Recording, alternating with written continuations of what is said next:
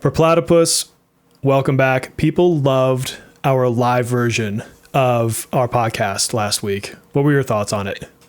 Well, now I'm happy because now, one, it encourages us to do it again, but also because we're not live, I'm not afraid to make mistakes and say something stupid because I could request you edit it out.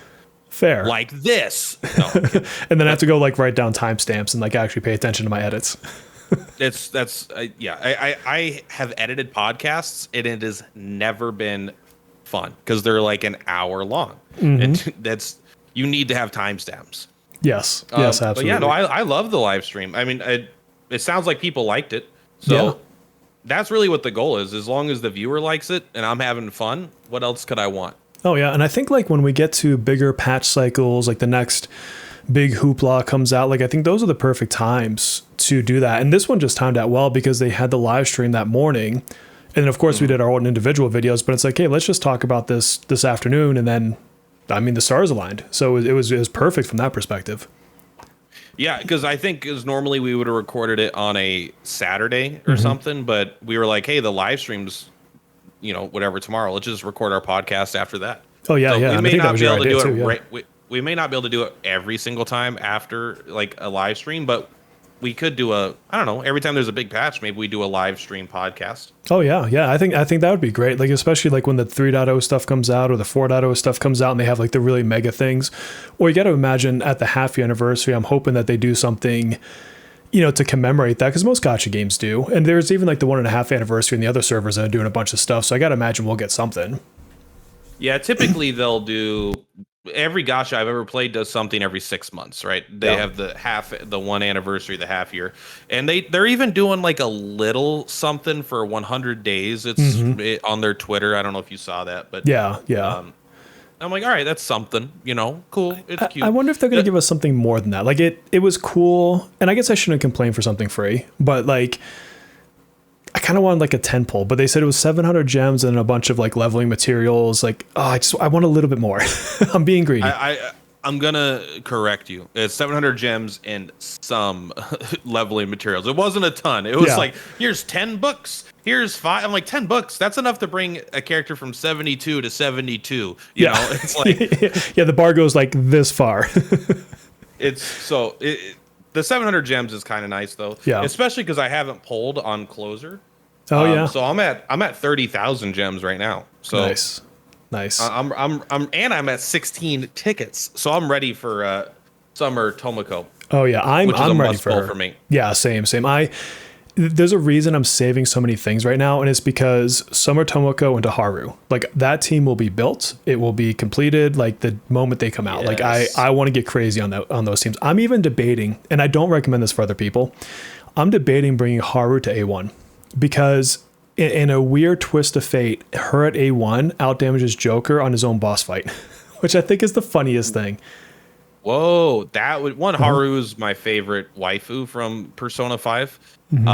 I just think she's pleasant.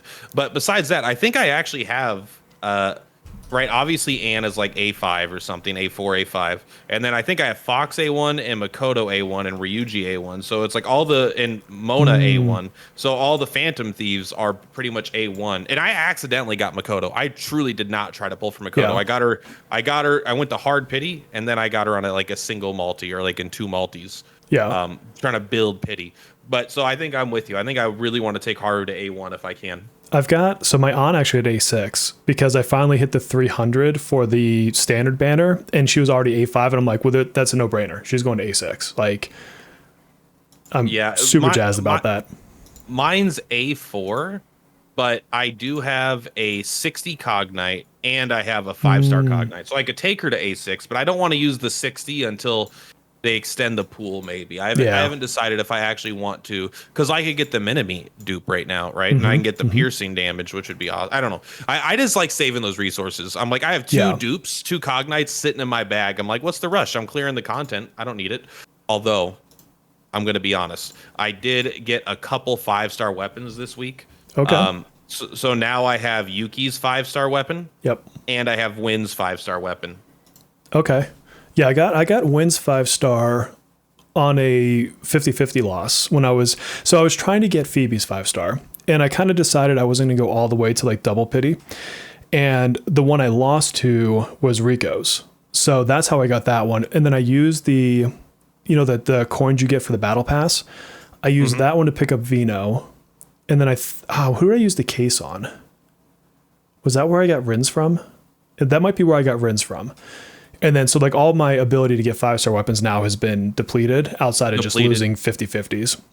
Yeah, so I got what's her name? Wind. I got Winds from the case they gave us.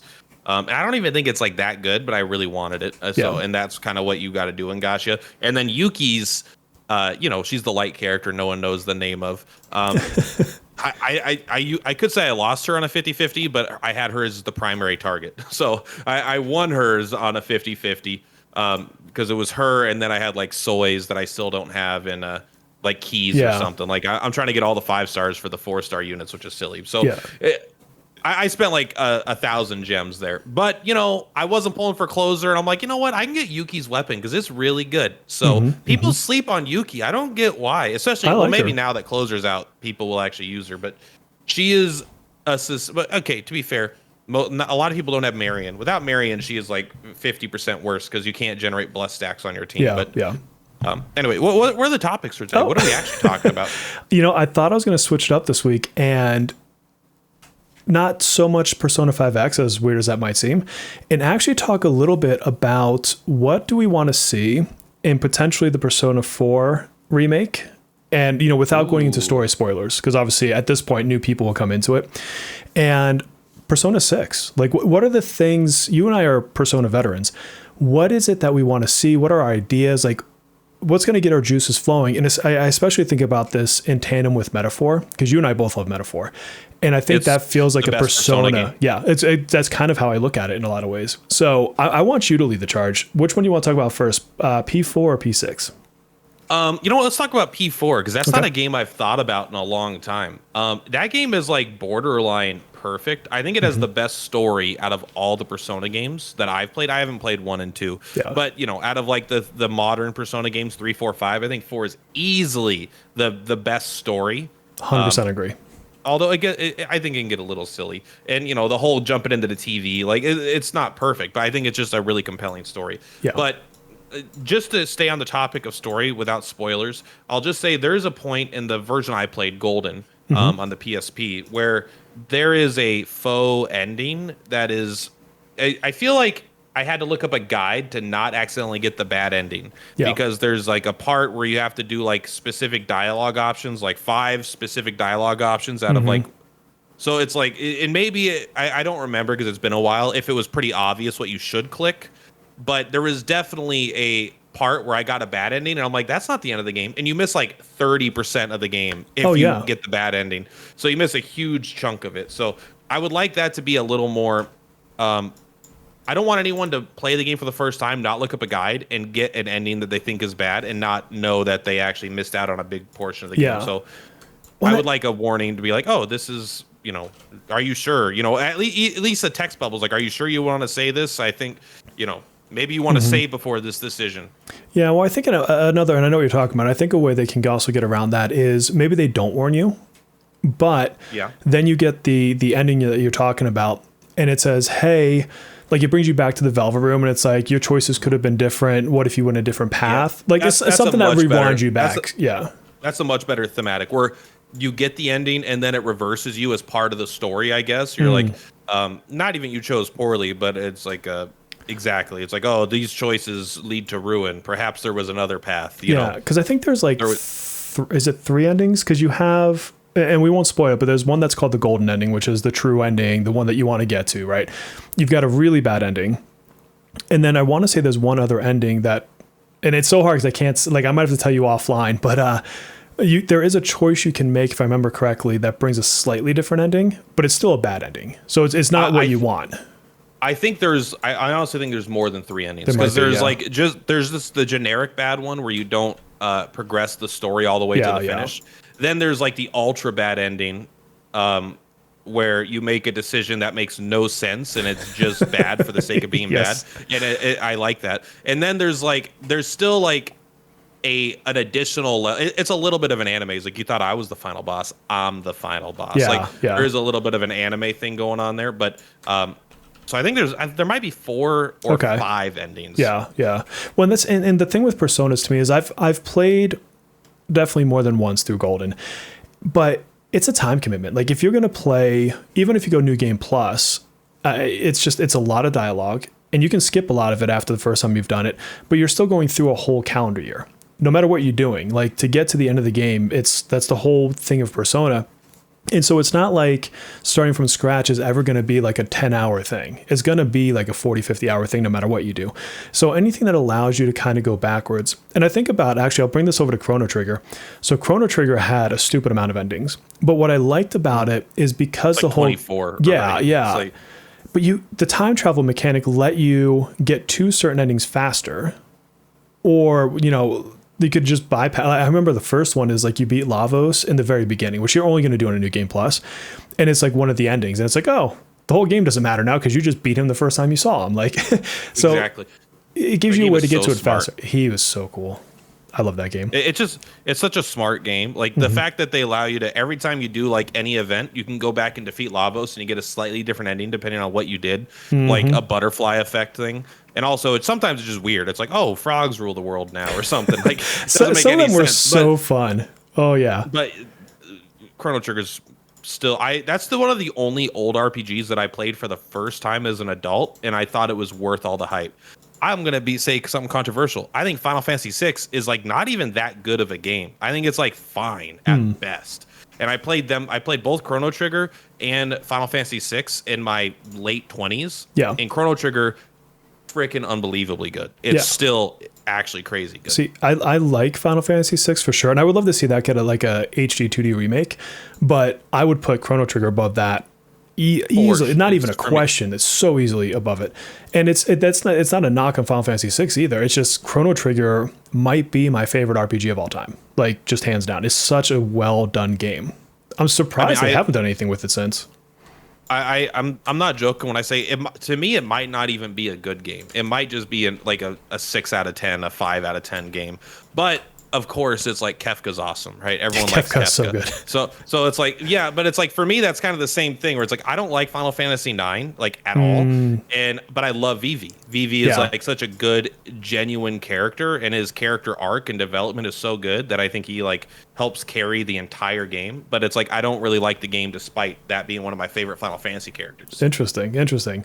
Well, so pulling us back a little bit into the P4, what about mechanics? Because now we've got modern stuff like baton passes and all the other things that come with the newer Personas. And obviously those were not a part of Persona 4. Well, I guess if you've never played Persona, that's not obvious. But what do you think about bringing some more of those modern mechanics into a Persona 4? It's tough because I don't remember it's been so long. I don't remember because it's so close to Persona 5, but with slight changes. So I don't remember every mechanical change from 4 to 5. But one thing mechanically I would like this is something that's like I think it was for sure this way in 3, and I'm not sure if it's that way in 5, but it's definitely not that way in X, where you do an AoE attack and you like if you do an AoE attack and let's say there's 4 enemies, so they're all weak to fire, you do an AoE fire attack, you hit 3 of them, knock them down, but you miss the 4th one, that'll count as like a miss, I think. And so it's like you don't get at least in the press turn icon system of SMT5, that's how it works. So I definitely prefer like more forgiving AoE attacks where AoE attacks aren't scary to use, where you'll just lose your turn if you miss 1 out of 4, despite knocking 3 of them down. Yeah, no, that's a good point. I honestly don't know that I would change a ton personally the mechanics, because I don't want it just to be that P3, P4, P5 are all the same battle mechanics with no really major differentiations. I like how they did Theurgy in Persona 3 Reload, but I think it made the game too easy, to be honest with you. So like to me, it's what can they, from a mechanical standpoint, what can they mess with that's still root to the game? And to me, it's the card system. So when you get the shuffle time, just like Persona 3R, right. And it was a little bit better, I think, than when the original Persona 3 came out, because you could get like if you got all the cards in your shuffle time, then you were guaranteed a shuffle time in the next round. And then you had different Arcana cards that would come in that would give you different like benefits, and it wasn't just like give me a little bit of whatever. And so I think that's something that they can expand on. And for me, I think beyond that, it's how would they readdress the dungeons, because they're kind of like that in between of Tartarus, which Tartarus just gets very boring after a while, in my opinion. And then P5 has much better. Yeah. Oh yeah, exactly. And then P4, it's like, I think the themes feel better, but you really still are just going through like 4 floors or so of the same dungeon in a theme, and it's like somewhat procedurally generated. But if you're playing Persona like most people do, you're going to go to the dungeon one time. So it's like the fact that it's even procedural doesn't matter, because you're only going to go there once or twice ever in the whole story. So I like how they did Persona 5 better with an actual, like, it's a space that you are progressing through, and it's a map. It's not random. But I mean, that would be a huge rework on Persona 4's part. Yeah, that would be pretty big. But I mean, even if you look at like I don't know what they did in 3, if it was still Tartarus. I assume so, because like, how are you going to change that? But like, even if you look at Persona 5, I think the metaphor I think is way better than the palaces in general, in terms of just overall theme and layout. Like, Persona 5 is still kind of hallways. Like, it's very thematic, pretty hallways where you're going through Persona 5, like their palaces. But I felt like you really had a much more exploration kind of focused in metaphor. But honestly, in P4 remake, what I would like them to add somehow, one thing that I think would make the game just way better for casuals and for enjoyment would be to find a way to add maybe 5 to 10 days. It's hard with the calendar, but like 5 days of free time in between to every timer, basically. Because one thing I loved about Metaphor ReFantasio is I played really smart, and I played with tactics, and I 100%ed my game on my first playthrough without any guides. And if I remember, I don't think Persona 4 was possible to 100% without following like a guide. Like, you had to be very, very, very, you had to be very precise. And Metaphor added enough time where even if you weren't playing perfect, but you were playing very well, you could 100% the game. I think I had 10 days at the end of the game left. So not a lot, but I did 100% it. And so I was thinking, if they could just add a little bit more time to allow you to attempt a 100% by playing smart, but not playing perfect, I think would be just a good quality of life change. Yeah, no, I agree. And I was the same with Metaphor. The only thing I didn't do in Metaphor were the debates, or where you stand up on the stage and talk to people. I did everything else. Had everyone maxed out, all the confidants, that was New Game Plus. I didn't know I could debate people or something, because in every town or whatever, because I was like, whoa, because I beat the game twice to get all the achievements. But yeah, that was one. And then the sword riding. I did the sword riding for like 4 hours after I beat the game. I just left it on my Steam Deck with a rubber band, and I'm like, I'll get it. All right. Yeah. I see, but that's the thing that I think that Metaphor did really well is I never felt like I needed a guide. I always felt like there was 3 or 4 options in front of me. I had the freedom to choose them, but it was also very good at spelling out like, hey, you can't talk to this character until the next time you're traveling between places. Or, hey, this place is going to take you 2 days to get to, and you've got 10 days left. And you like the mapping system, it made more sense. Not to say it doesn't make sense in Persona, it's day after day, but like I never was confused about how to be optimal. And I think anybody that played the game could look at the map, or not the map, the counter, and be like, oh, I think I can like work on this character today without any, detriment to my game. And then you could go into your dungeons whenever you wanted to. So like if you really wanted, like you had a day that was like clear weather and you wanted to hit the dungeon, like you could clear it out and still have 20 days, kind of like Persona, right? But like it made itself more apparent to me. And I agree with you. I think with Persona 4, that would be nice to be where it's either they give more days, or they maybe just make certain points more valuable, like your knowledge points or whatever your social stats were. I can't remember on P4, to where you've got that little bit more wiggle room, because I don't want to stress out and I don't want to feel like I missed something big. 100%. Like it was Metaphor was like, honestly, I think it's the best Persona like game. It was just balanced out very well. And also, I mean, if we're going to move on to Persona 6, or no, we could finish Persona 4, but I think Metaphor will have a lot to teach Persona 6. Yes. I hope. Yeah, for sure. And I think the other thing I really want for Persona 4, one is a lot of people are worried that they're going to do the golden content as a DLC, but to me, I don't think you can, because golden content is integrated at all parts of the story after like basically the first week of the game. There's no way to not have it there the whole time. It's not like episode Aegis where it just sits after the game. So I don't know how they could possibly not have it in there. Unless they're just like, oh, now you start a new game plus and it's the golden route or something like that. Which I don't even know what I've only played the golden version of the game because that's already 15 years old or something. You know, it's it's ridiculous. That came out on the PSP forever ago. So I don't even know what was added there, but nothing felt like DLC when I played the game. So I can't imagine that it's they're gonna change it from the golden version. It'll probably be P4 Golden Remake, as I assume. It just there's no way they're gonna sell a remake and then sell a DLC.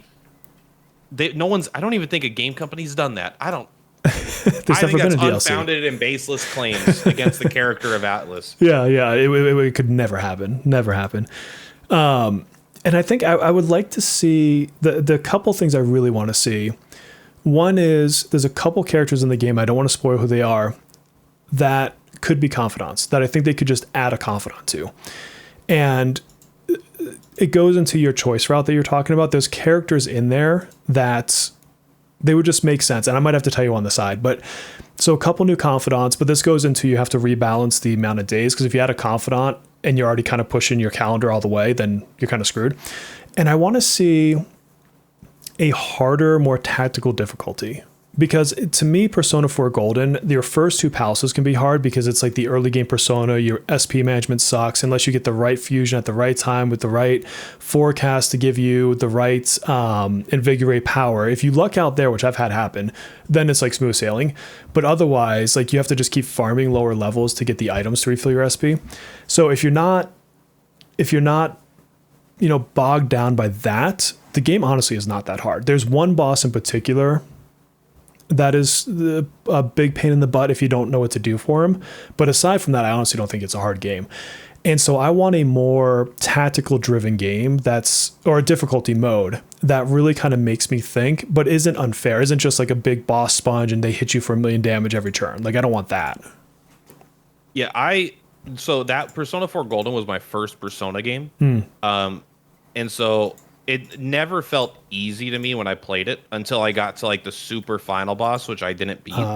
It's like there's like another boss and another boss, but it was like the super final one. But with how unbelievable, like I don't want to say unbelievably, but with how easy Persona 5 was, Persona 5 Royal, Persona 5X has been, not Persona, but Metaphor was like very easy for me as well. Like I definitely do want that. I will say, I maybe I need to really play Persona 3 again, but I'm telling you, if you play Persona 3 FES and you're like, that game is easy, that game kicked my nuts. I hear that one's hard. That game is the hardest RPG I played in my life. Damn. So from start to finish, like Reaper, like the super powerful shadow, that you had to farm that guy in order to beat the game. Like that guy was like easy. That guy was like super easy. You would just farm him, and then to get experience, so you could defeat the final boss, who was so hard. Yeah. And then there were walls, and you can't control your allies, right? So your allies are just kind of vibing with what they want to do. Which can be so terrible, because most of the time AI is trash in games. But there's a part of it, the reason I haven't played the new P3 remake is because like that, for me, that's like a core part of the experience. Because like, yes, is it maybe objectively better? It's also objectively easier when you can control your party members. Like I had to learn to play around the mechanics of the game on a deeper level. Like I had to learn, like, all right, if I apply sleep, my characters won't target the guy with sleep.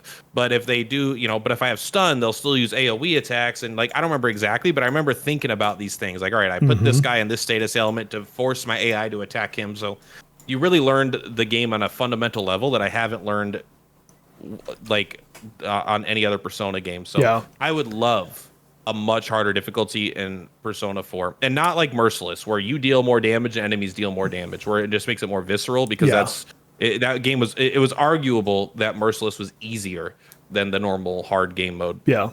Well, in P3R, that was the one thing that really disappointed me about that game, is just how easy it really was. And like, I didn't even have to power game. I didn't have to like over level. I just went to each Tartarus level and I went and looked for all the chests and I cleared the map and I went to the next level and I cleared the map and I went to the next level. And not once did I sit back and say, oh my God, I'm in any real danger.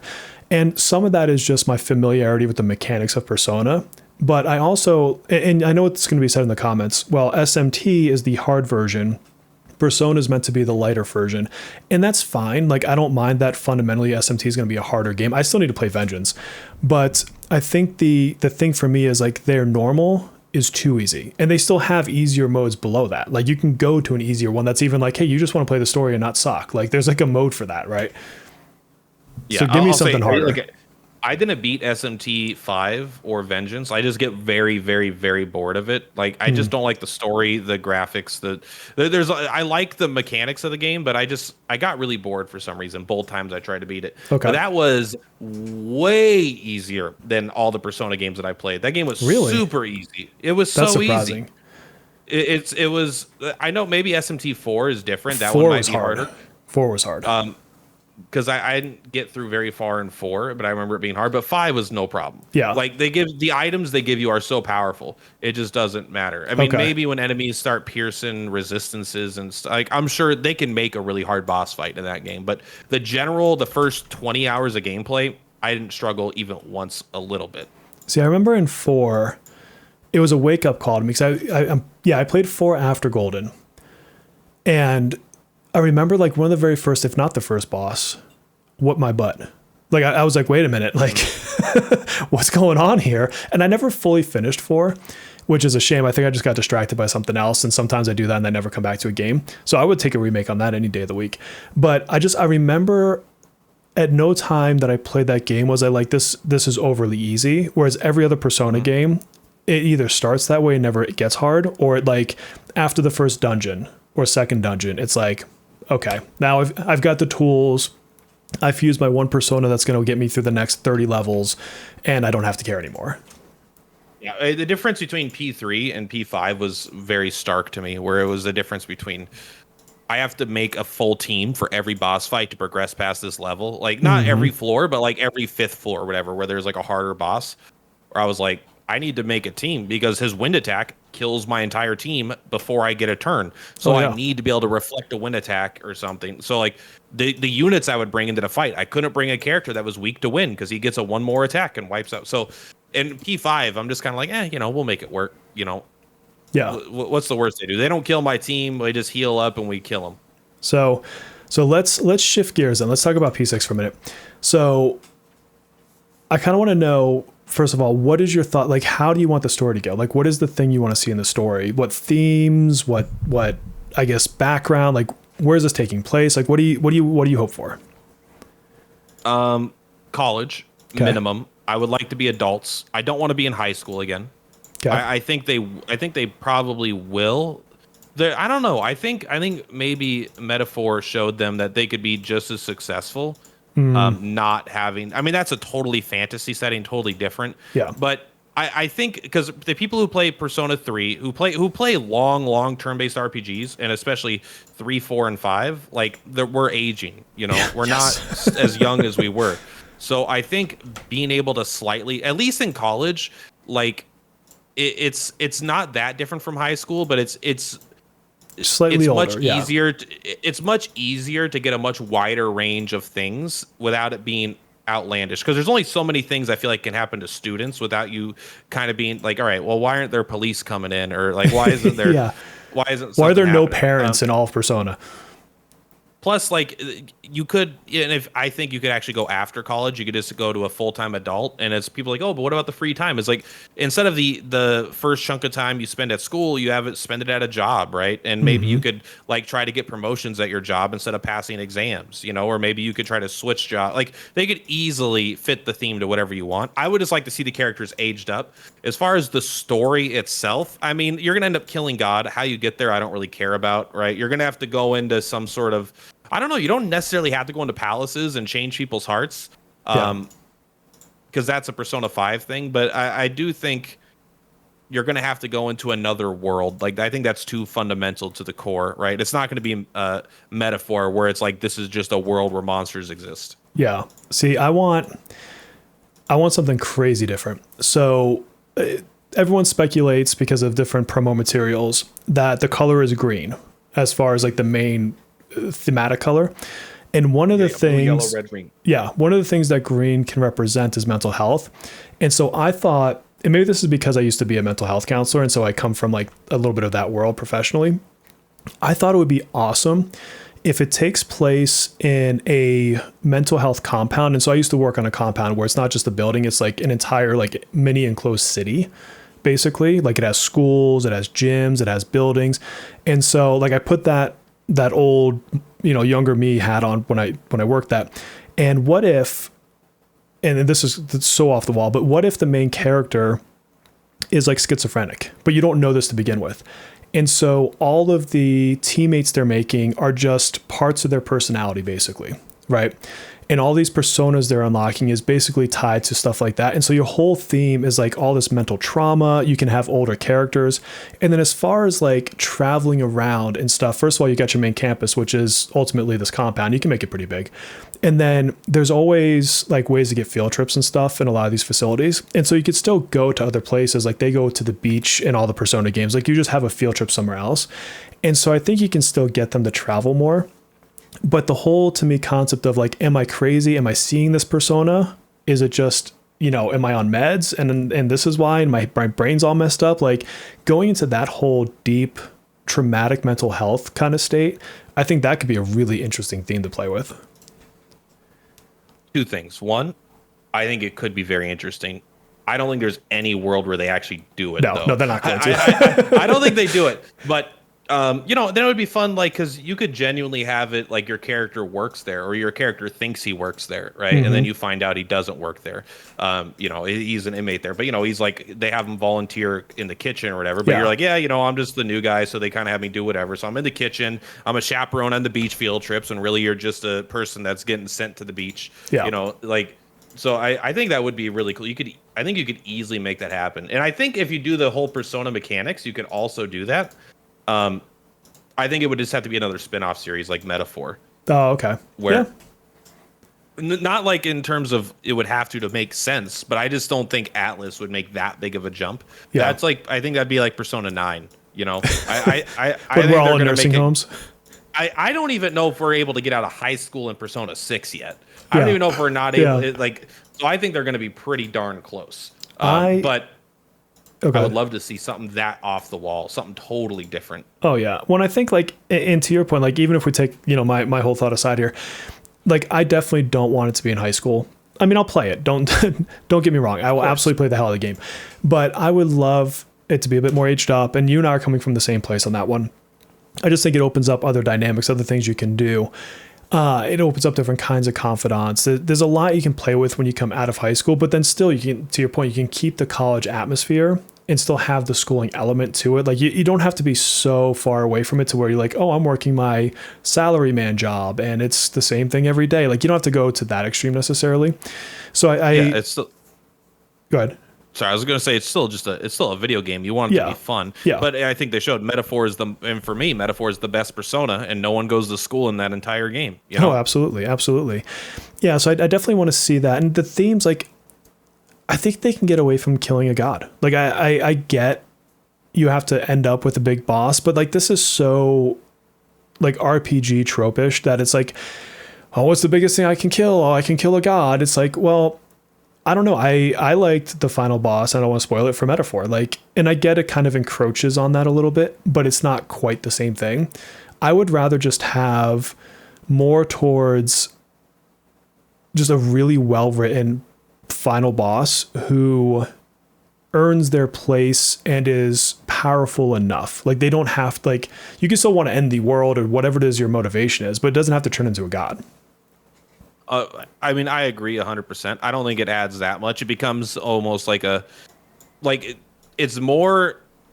The best way I can describe it is like, fighting, at the end of Persona 5, spoiler, you fight God, right? Or something. As I don't remember exactly what it is, but you do some sort of God fighting. But like that fight was way less interesting to me on like a storytelling and emotional level than fighting Kamoshida. Oh, Kamoshida was a better boss. Kamoshida, like I just wanted to fight him really, really bad because like and he's not God in any shape or form, right? I mean, I guess his perception of himself, but is king. But the point is, like, yeah, I think you could have a way better, well-written thing, and I think Metaphor again does that well. Again, it kind of trifles with it a little bit, but like it really is fundamentally you versus someone that is arguably not even a truly bad guy, but like a bad person still. Yeah, I like the complexity of villains like that too, where it's like I either want you to be just pure raw evil, like Kefka we were talking about earlier, or like I liked the way they did Thanos in the Marvel movies to where he really thought what he was doing was the best and coming from a place of love, and you can still hate him for it, but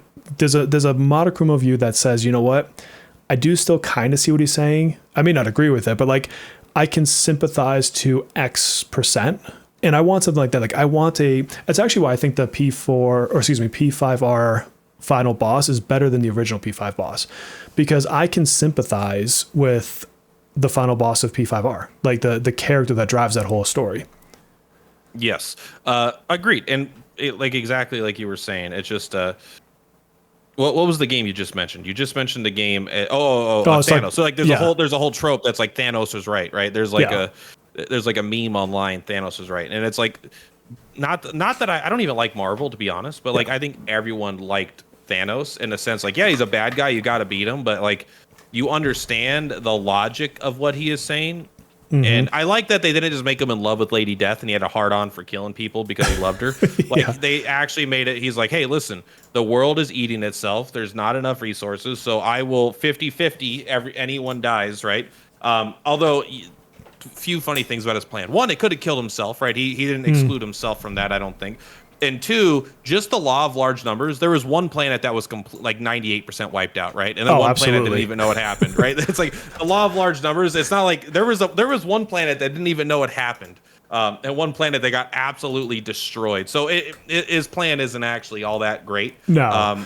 Without you actually don't want it completely random. You do want to calculate it in some way. But yeah, I mean, they could just do so much with Persona 6 that I would love. It would be a shame for me for them to just follow too closely to Persona 5 because of the success of it, especially with Metaphor showing them like we can kick some ass. People love the battle system and just the style of storytelling. Yeah. One thing, please, God, never ever.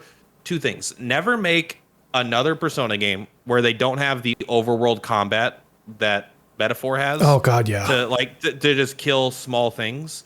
Yes. That was just so nice. It was fun. It was Dynasty Warriors. Yeah. I would actually grind a little bit in a different way for entertainment. Yeah. Also, keep the party members customizable to some degree. Like them being able to equip any of the things the main character did was cool. They were still like obviously better suited to their own thing, and their ultimate personas were directly tied to their main things. So Basilio, you knew you wanted to make him an Axe Lord or whatever the hell it was called. Yeah, there wasn't nearly as much like absolute freedom as you would expect in like a fully fledged like custom RPG game, but it was so much more than in Persona, where you could still, if you had a favorite character but they didn't fit the play style you needed for a fight, you could still adjust them. Take those mechanics. Yeah, and I think like in the Persona world, like so we get like the evolved personas or second breakthroughs or third, whatever the hell we call them, I always forget. But it's still very much I just need to get you to level 20. When you're level 20, you learn the next level of the fire skill and maybe a heal skill. And at level 30, you get the fire amp skill. And so to me, that's just, it works, but it's very vanilla. And it puts you in a situation where you just know that, okay, if I want fire, I'm bringing on. If I want ice, I'm bringing Fox. Like, it doesn't really get that much deeper. And I know you can teach them some other skills, but then you're using your time to go to like I think it was the Jazz Club, wasn't it? Where you could like give them more skills in Persona 5. I could be wrong. Ooh, I don't even remember that. I never really did that. I think you never really had to. Yeah. Yeah. I mean, you could get some slightly overpowered builds doing it, but I don't remember exactly how it worked. It's been a while since I've done it, but like that was really the customization. I want something that's more closer to Metaphor, but I don't want to copy it, but more branching, more tree. Like, do I want, if we just use the P5 characters, do I want On to be like super nuke fire? Or do I want her to be more, I spread dots? How can I customize the theme of her persona to do more than just one thing while still being Persona? Like, what if I kind of want to be able to make Ryuji my healer if I decide I want to. But also, It'd be funny if he sucked at it though. Like you could do it, but he's like the worst healer in the game. He probably would be, honestly. One thing that here's a trope that I know that they will do in the next game that I don't like, and I wish RPGs would stop it. But a second trope that is a caveat to that I love. Okay. So I hate getting more party members over the course of the game. I want to get my party members. I just want them. You know, I want Final Fantasy X. We're going on. We start with Titus. We get to the point where the adventure starts. Boom, full party. Besides Aaron joins like in like a couple hours in. But like you have basically your whole party right away, and then they're all usable within the same combat. You can switch them out on any character's action to use them. Like I just love having access to a full party because this is my issue. And like even in Metaphor, like I got the chick, what's her name? Oh, Hulkenberg. Yeah. Hulkenberg, she was in my party Stroll, the whole time. and Heisme. And then it's like, yeah, but now you got another character. I'm like, yeah, but I got my people now. I've grown attached and I like these characters. I spent the most time and I'm comfortable with them. I don't want to throw in random new characters into my squad. It feels weird. So it's like especially when they're all customizable and I don't need the skill sets of the new characters. Dragon Quest, right? I love getting my characters boom right away. But the caveat, all right, the caveat. I want Persona 6 to give me like my full cast very quickly as opposed to near the end of the game still getting new characters. Yeah. But I always want some bad guy to become an ally later on. That's my favorite RPG thing. I do love that. It doesn't matter. It doesn't matter if it's Chrono Trigger. It doesn't matter if it's whatever. Oh, Magnus and Chrono Trigger was my favorite. I used him and Toad all the time together. I'm telling the greatest RPG potentially ever made is freaking not Crosscode. It's Chained Echoes, and that's fun when it happens there. It's fun when it happens in every single game that it's ever happened in. It's the whole Vegeta thing. Like you want Vegeta to become your ally in Dragon Ball. So it's funny because like the party thing, it ties into another thing too, is there's a bit of predictability in Persona games that every new palace or every new stage or every new dungeon, whatever you want to call it, every new floor in Tartarus is going to come with a new party member. And for all the reasons you just said, by the time I'm in my 5th palace, except for because the navigator is always going to become the thing, right? Except for that one unit, I don't care. Like I'm with you. Like it's hard for me to care. Like after Kanji in Persona 4, I just did not care anymore. And so like to your point, I had my party forms. And so it's part of that is to the inability to switch out. And I'm glad that you brought up Final Fantasy X because you could switch your party members at any time. And to me, like if you were to evolve the baton pass, I'd want it to be something where it takes a character out of reserve. And so instead of me saying, oh, On's in my party, I'm going to baton pass to On, baton pass becomes like someone else that's in reserve comes forward. That kind of like in Metaphor, because in Metaphor you can switch out your party and you could do some really cool strategic things if you did it right.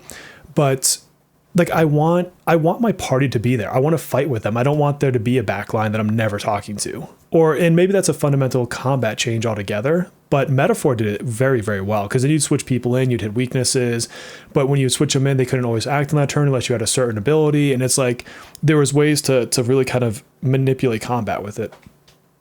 And they also had like the ultimates, right? The characters had certain ultimate abilities, and you had other characters with the right stuff. I'm trying to remember. I know I beat the game twice, but it's been a little bit. Yeah, because you could do because they only had the level 2 spells, and to do a level 3 spell, you'd have 2 people with 2 archetypes, and that would give you the level 3 version. So it's like you would have Fyra, Fyraga, and then whatever the third one you would call it, and there was no way to just get that spell otherwise. Can they just have like 2 things? One, spoilers for Persona 5. Okay. Sorry, but we're talking about Persona 5X Persona 5 is and Persona like 6. 10 years old now. Yeah, it's like I don't even think it's a spoiler necessarily unless you've never played the game. But like, is it how dumb do they think we are that we don't think Akechi's like a bad guy? Are they trying to make us think Akechi is not like a bad guy? I thought they made it obvious from the start of the game. It was never a shock to me. So they're like, oh, he's gonna join us. I'm like, yeah, but not permanently. Like, duh, this guy's obviously. Yeah, so it's like it was just like so obvious. I like things when they're way more, it would be really cool. Let's say you go to, I don't know, whatever, Palace 3 or Palace 4, and you've seen Haru the whole game or whatever. Let's just say you've seen Makoto the whole game. She's the sister of the thing, so you kind of see her a little bit, and then you get to the end of the palace and she and you fight with her the whole time, and she reveals that she's a bad guy. Like, she joins her way sister. Out of left field. Yeah. She's been manipulating you, and you've seen little tidbits of her here and there, but something that's like really like, whoa, I did not see that coming. Yeah, I want twists like that, or I'm not going to give the spoiler, but if you've played Final Fantasy VII or you know anything about it, end of Disc 1 back in the PlayStation days, like the big story shocker, I think, actually shocked people. Like, nobody walked to the end of Disc 1 and expected that what happened with that character, that specific character. Like, everybody was thrown by it. You know what I'm talking about? Yeah, well, I assume, because I can't think of anything that's shocking in that game besides except for that one thing. Except for the most well-known moment of the game. But there was nothing that, and maybe I'm just dumb, but I don't know anybody that was like, oh, I saw that coming from a mile away, and like, so like something that's that pivotal, or to your point, like I actually like, as much as the bad guy coming in, like how cool would it be if, Ryuji was the bad guy the whole time? Like, to your point, like you just never, like you spent the entire time grinding them up. And because the other thing that Persona does poorly is certain characters can only level certain confidant rankings at certain points in time, which is always a dead flipping giveaway that there's something else about that specific character to pay attention to. And it's not always that they're a bad guy, but it's always like, okay, I now know to focus on this confidant because there's very limited stuff, and it says that I got to finish it by November 11th. Like, I wonder why. Yeah. It's like, oh, what could happen? Yeah. I kind of like here. This is one thing that I disagree with on a lot of gamers. I feel like, especially RPG gamers. Mm-hmm. And I felt differently when I was younger. Now as an adult, I like missable content. I like things to be permanently missable without it giving me warnings. Like, this is an Elden Ring. Well, maybe not Elden Ring thing, but like in Elden Ring, you could beat the game without seeing like 50 to 70% of the map, right? Wow. Like, you could just naturally play the game and not see most of the game. You never need to go to the Volcano Manor, like, ever. There's so much you never need to see to beat that game. And I just like that, or it's like, oh, you didn't talk to this guy, and this guy, whatever, died or something. I'm like, that sucks. But it's like, I don't know. Like, it's because I'm an older gamer, I feel like. But not everything needs to be a guide and specifically followed for the best meta result. I like the experience. Like, the thing is, if if you're just playing through a game without guides, you're playing in some way how the developer designed. They're planning for the people not following the guides. Yeah. And so if you miss content like that, I think that's okay, because they're planning for some people to miss this, and it'll add a little bit of weight to other decisions. Yeah. Like if Ryuji died in the first palace or something and he didn't have to, I'm like, damn, like now you got to play through the rest of the game without Ryuji. Yeah. Like, that would be crazy. Maybe Persona's not the best example of like that because of how tied in the characters are, but those types of things, I really wish developers would be more okay with letting us permanently miss stuff, or like XCOM is great. A character dies, XCOM, you're just done. Yeah.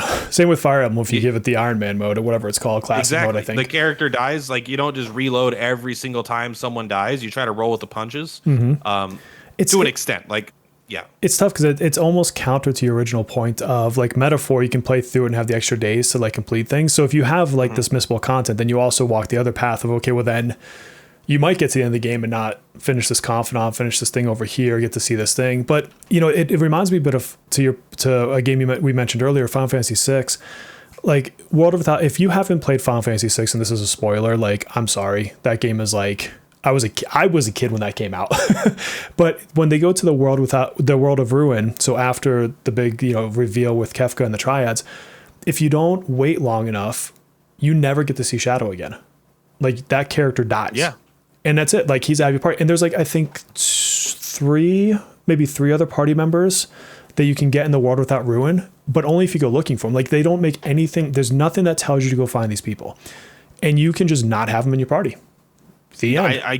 I guarantee you, over 9 out of 10, right? I don't know, 98 out of 100 people played Final Fantasy VI and Shadow died. Oh, absolutely. Right? They had no idea to wait. No one sat there and waited for the last, 5 seconds or 10 seconds it was to see if you'd be okay. You literally sit there for 5 minutes if you want to save them.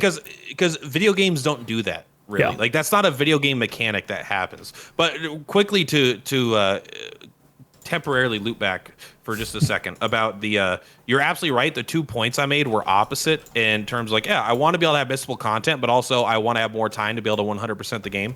The underlying thing about both of them that ties them together is I want the game I want as little things to encourage people to look up guides. I want people to play without a guide open and to experience the game, and then use a guide for like a second playthrough or something. But like I think players on average should trust the developers to make the experience what they want you to experience. And I'm playing Silk Song right now. Oh my god, I suck at that game. I'm so bad. But the idea of looking up a guide, just like I would never look up a guide for that one, would permanently ruin your first experience. There would be like, I just got the ability to, I don't think it's a spoiler, I'm early on, but I got the ability to like do an air dash or something. Oh right? yeah, I got that. Yeah. Everyone knows you're going to be able to do that because it's like in every game like this. Yeah. But it was like, oh, I got it. Like, I didn't know I would get it this early. I didn't know I'd get it at this point in this room. It was like exciting. Even if you know you're going to get something, it's very exciting when you don't look up guides. You know? It's the same with like every single one of those Metroidvania style games. Like I grew up on like the originals, like the actual original Metroid. And that was the beauty of it, was the exploration and not knowing. And, it makes me think that Persona, maybe one of its biggest flaws is it's almost too long. Like I put on my first playthrough of Persona 5, I think 120 hours in. And I would be far more inclined to do a New Game Plus if it was built into the structure of the game and then the game was 50 hours. Like if they somehow made it, and maybe not to be all time traveling, but maybe it's like you get there and it's like, oh, now you can diverge your choices and come back and do things differently. And so like the New Game Plus wasn't just I get to start over with some more like powers already installed. Like maybe I'd want to go through it multiple times in a row. What is the game like? Was it Bravely Default did that, where it's like you that was a fundament. That was part of the It wasn't New Game Plus, but it was part of the story where you replayed the game like 5 times or something. Yeah, exactly. So like where it's actually integrated into it. Or if they don't want to do that, it's like how do you make this year-long adventure more, I don't want to say it's a tough word, like not streamlined. I don't want to feel like they just shortcutted everything. But I also, getting 120 hours into a game and then feeling like I missed too much, it's not easy for me to go back and say I want to do another 120 hours. Not when there's 7 other games that came out in the amount of time it took me to beat this game, right? So I think that's a tough line to walk for them. And then I genuinely, I might be the only human you ever hear say this. Okay, It's possible. I thought Persona 5 was way too short. I wanted it to be double the length, triple the length. Is this with royal content too, or with royal content too? Okay. I remember finishing that game and being so disgustingly sad that it was over because I was just having so much fun every single time. It was like, for me, it was like watching a cartoon every Saturday morning of like, I don't know, whatever, My Hero. This is your He-Man.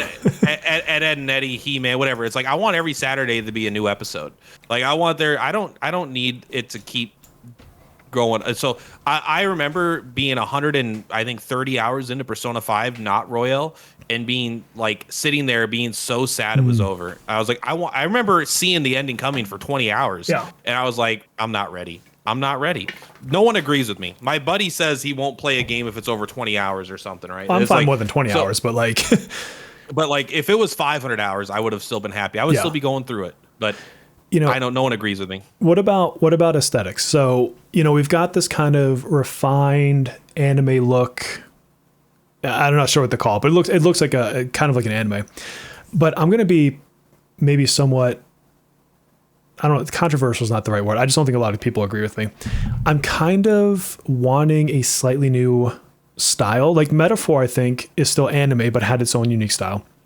But between Persona 5, Persona 3 Reload, Persona 5X, Persona 4 Rewind or Revival, what the hell they called it, they all look the same, which kind of works for being the same world. I know there's like Rise is obviously in this game and stuff like that. You see her poster, but I want it to feel slightly different.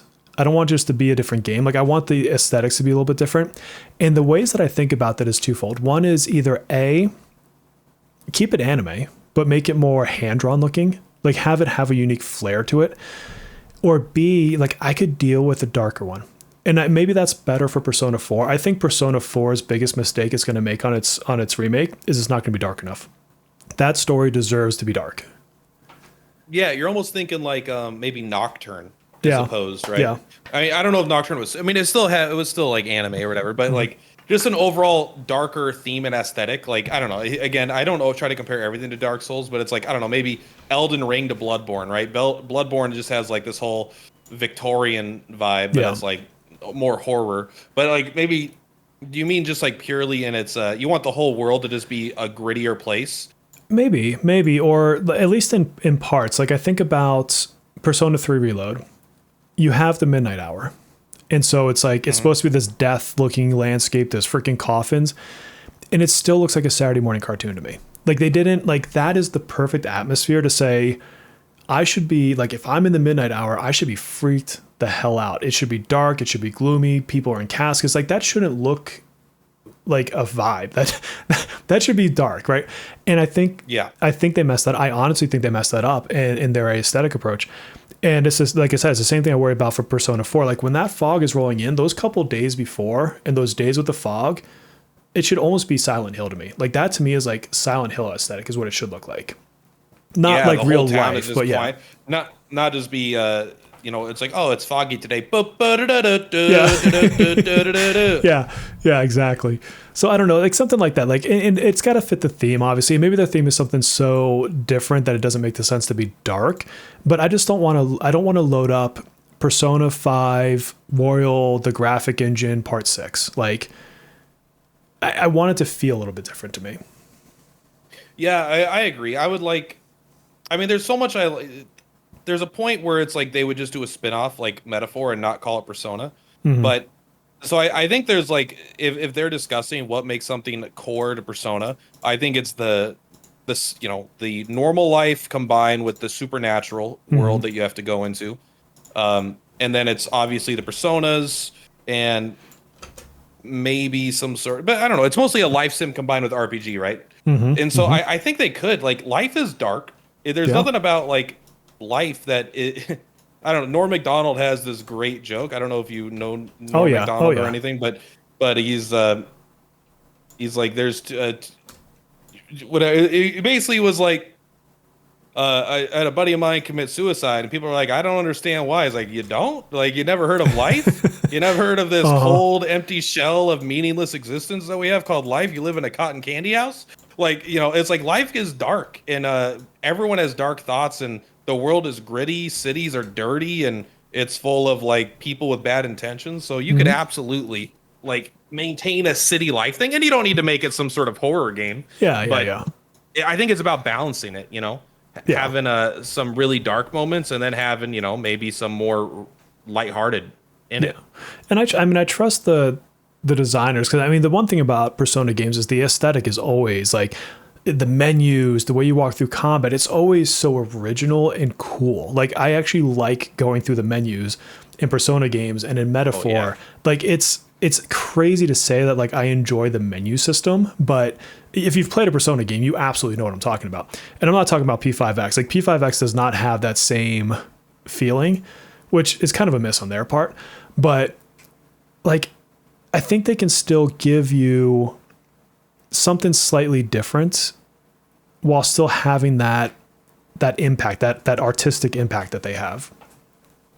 Yeah, I mean, like whenever you hit the menu and it's like Joker slaps the screen, turns on, like slaps the screen or whatever, like, and in I cannot tell you how cool of a freaking vibe it is, and they didn't have to do this. It probably wouldn't bring the game from a 9 out of 10 to 10 out of 10 in any situation. But when you're playing Metaphor, and your party formation is like the side shots of their faces, you don't ever see that anywhere else in the game. You never see the side shots of their faces, but like it's such a cool looking visual that is just like I love those little details.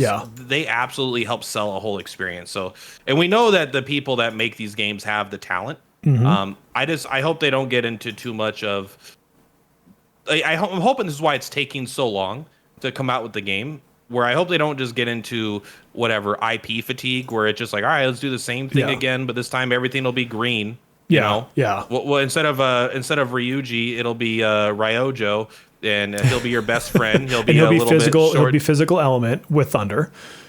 Yeah, and he'll be a little hot-headed, but still, a good guy. He'll used to have been a professional biker until he broke his leg. It's like they just pick out the trope. They're like, well, which one came from this manga? I'm really hoping that they trust the developers, that the corporate people trust their developers to make an experience that they're proud of, that is exciting and new while still being faithful. Yeah. Instead of just being another, like what happens to Pokemon, where everything is the exact same game year after year. You get 2 new epics. I totally just went to Takumi Shop because it's one of the places they kept something similar in the menu, but like that little touch of when you go to talk to her, like it keeps her, she does a kick, and then you click the next thing, she like swings around, and I'm like, it's just little things like that. To your point, like you could just had a menu, like I want to buy this, and this, but it's like, it's just interesting. It's so interesting, and if you want to even bring more of that into it, give it to me. What's kind of interesting is you were talking about, having the whole party from the beginning. And there's 100 ways I'm sure they could do that, right? Like maybe it starts and you're on a camping trip at school and then you guys get separated. Now you've got your 5 people from the beginning, whatever. There's 1,000 ways to tell the story. But I was thinking about Strikers just a few minutes ago. And Strikers is obviously a spin-off of Persona 5. And you're coming in with this whole, like you're going on this camper tour or whatever. And you start with the party. Like, and it's, unless I'm remembering it wrong, you get 2 other characters throughout the game, which I thought was fine. But it's nice to be able to go in there and be like, oh, no, I really do want to start with Haru. I really do want to start with Ryuji or whatever, right? Like, I do like the idea of having your characters there and then having a different reason to be inspired to go save this palace, this dungeon. It doesn't have to be that person's shadow or, this person is intrinsically tied to the palace ruler. Like, how convenient is it that every palace ruler had something to do with your party members, right? Like, yeah, couldn't it just be a bad guy? Like, like I think that there's a difference between like, I don't know. I think they could figure it out because they're smart. But like getting all your characters over the course of 3 hours versus getting them over the course of 30 hours, it's like genuinely 30, 40 hours, and you're still getting characters in Persona 5. Oh yeah, it's like who's the last person to join? Is it Makoto? Is she the last one to join, like as the main party? No, Haru. Is Haru after Makoto? Okay. Yeah. So it's Haru's like after Makoto. you start with Ryuji, and then you get Anne, part of the same palace, and then you get Mona right there. But then it's Yusuke, then Makoto, and then Haru, and it's like you're 35, 40 hours into the game. Is it Futaba before Haru? Oh yeah, then you have Futaba. I don't like her, but yeah, I forget about her. You must get her earlier because you don't have a navigator until then because Mona's doing that job. Yeah, I think you get her before.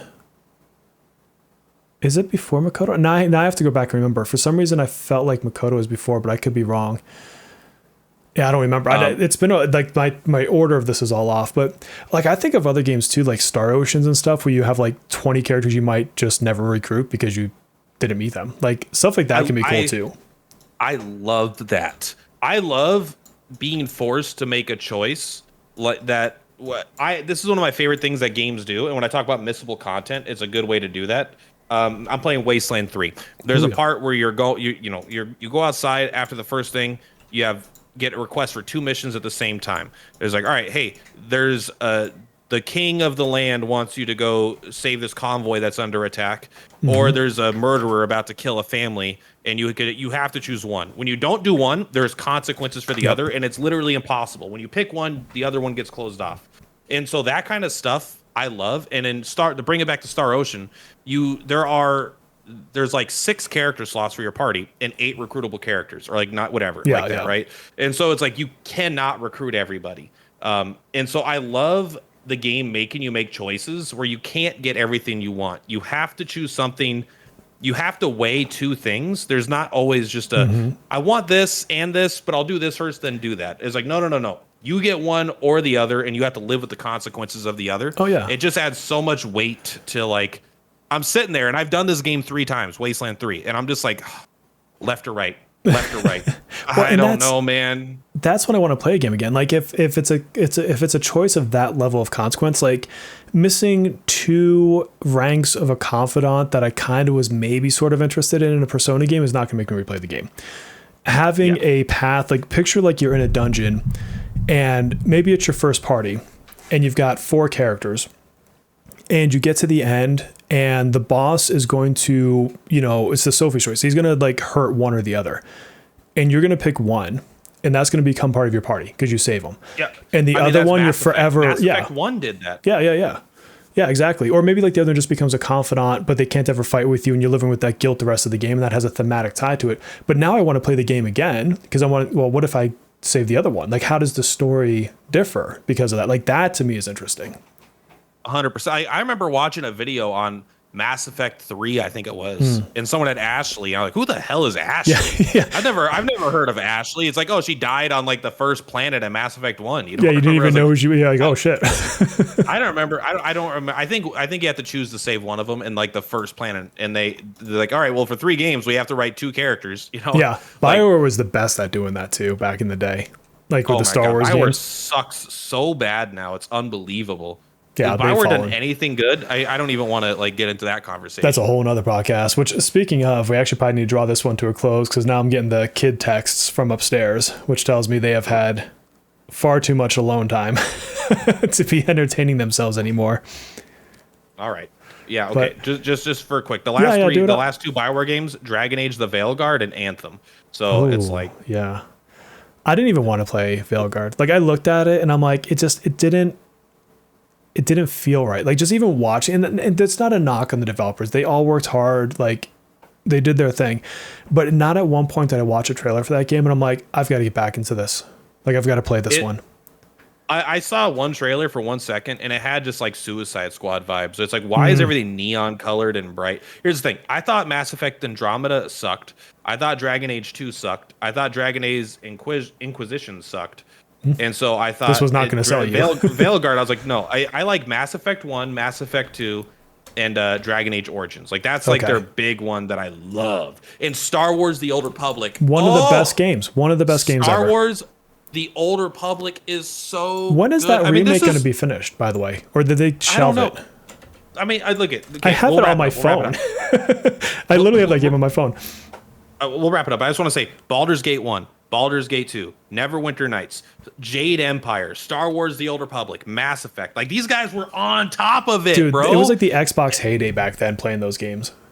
Every game, it was like Blizzard, where it's like every time a game came out, you're like, this is the greatest. Like, when Overwatch was coming out, everyone's like, well, it's going to be the best team-based shooter because it's Blizzard. Yeah. Every game that is the best of that genre. Hearthstone, World of Warcraft.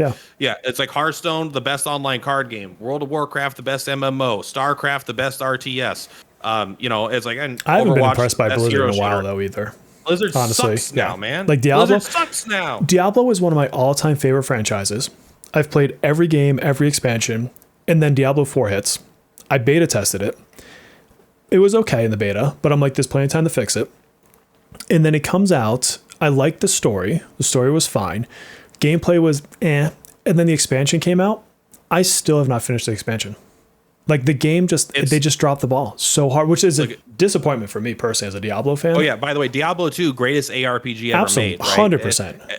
Maybe not anymore, but it's like, I mean, now with PoE and PoE 2. But last thing I want to say. All right, we do this. We do this. Yeah, it's all good. Just to shit on Blizzard. Just to shit on Blizzard. It's like PoE 2 just yesterday they announced like, hey, we're fundamentally completely changing the end game's mechanics. We're removing, like, you had to go to these things called towers. Towers are gone. Everyone's like, this is a huge, crazy update, and it's coming. It's a free-to-play game, and it's coming out next week. Yeah. It's like this. It was a 4-minute trailer for a mid-season update.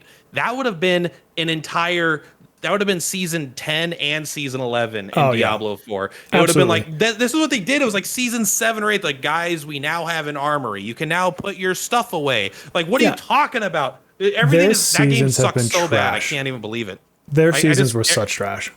Everything is powers and a quality of life update that should have been at the launch of the game. And it's like, half that quality of life. PoE did a 4-minute trailer for a mid-season. Like, we're adding all the content and stuff, but we just want to add the mechanical changes now and get feedback. That way, if we need to adjust it for the next launch, we can. Yeah. It's like, God, PoE, the grinding your games is like such an S-tier developer, man. Yeah. No, I still need to try. I want to look at PoE too. I haven't played it, but everything I've seen blows it out of the water. Like, what is that one class? It's like a machinist or something like that. He's like jumping around with like a gun. There is a crossbow guy that Yeah. it's basically different guns. He has like Yeah. the crossbow uses a shotgun or an assault rifle or a sniper. I saw that in a trailer, and then there was like a boss that popped out, and he was like basically kind of like almost like the demon hunter from Diablo 3, but better. And just the way it moved and the way the powers interacted. And I understand like the crazy complexity what you can do in the PoE like build trees or whatever you call them. I'm just like, this looks good. It sounds good. It seemingly would feel good. Obviously, I wasn't playing. I was watching a trailer. And it felt still original in a very old genre, which is, it's hard to do. It's hard to be original in a genre that's been around since I was a child. Like, I get it. But somehow it managed to do it. And there's another ARPG. What the heck is the name of it? Oh, probably Last Epoch. Yes, thank you. Exactly. That's the other one that I look at. And I'm like, both of these other companies are doing more for the genre than Blizzard, who is arguably one of the biggest founders of the genre from Blizzard North days, and they're doing it better, and they're doing it for free. Like, what? Yeah, and I bet they probably put 10x the money. Blizzard probably put 10x the money in D4. They probably put 10x the money just in their one trailer than they did for the entire development of Last Epoch. Like, can I be honest though? Mm-hmm. Listen, I think Blizzard sucks, and I don't like anything they're doing. I'm a little bit of a Blizzard hater now. I like the only thing that they've done good in the last 10 years is classic World of Warcraft re-release. Yeah. But that trailer for the Diablo 4 expansion with like Mephisto or whatever, where the girl like in the boat, and then it's like that was a freaking unbelievably good trailer. They are still the masters of cinematics, 100%. Yeah, their cinematics. I can't think of another company that I think does it better. Regardless of my thoughts of the company itself nowadays, but like, or even like the original one for the original Diablo 4, when they had like Lilith coming down and like they were sacrificing the one dude, I'm like that whole trailer, like I got excited. I'm like, oh my God, like what is this about to be? Whoever they're hiring does a good job. Yes. All right. I'm not saying they do a good job, but whoever they're hiring someone that does a great job. Exactly. All right. Our tangents have ended. My friends, thank you for joining us for yet another episode. I have to go check the logs and see what episode we're even on so I can number it correctly in the description, which I tend to screw up. And I did make a podcast list, which it does seem to be in order now. I went back and checked it yesterday. So if you've missed any of the podcast, pop into YouTube. It's got a whole playlist. So with that, please, my friends, take care of yourselves. And Platty. Bye. Bye, everybody.